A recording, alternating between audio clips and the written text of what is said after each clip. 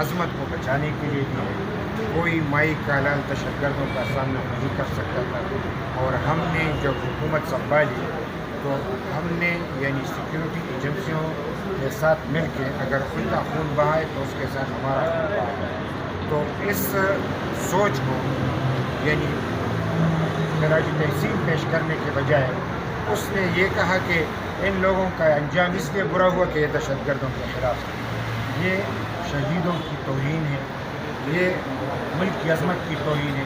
کون اپنی ملک تیرے پیر کو یعنی کوشش کرے گا، کون اتنی قربانی دے گا؟ لیکن ہم اعجاز شاہ کی باتوں میں نہیں آئیں گے، وہ اپنے ہم تو یہ سمجھتے ہیں کہ چونکہ 30 سالہ ایک ہمارا بیانیہ تھا اور وہ بیانیہ اعجاز شاہ نے الٹ کر دیا، ریاست کو چاہیے اس کی وضاحت کرے۔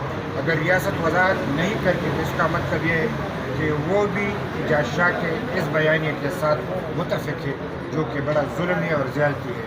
ہم یہی سمجھتے ہیں کہ دہشت گردی کو خاتمہ کرنا ہے اور دھرتی کو آزاد کرانا ہے۔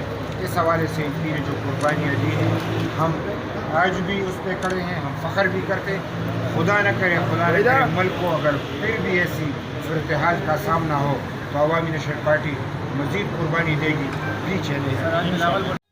کیمرہ مین فرحان شیخ کے ساتھ ارشد علی انصاری، CT1 نیوز، لاہور۔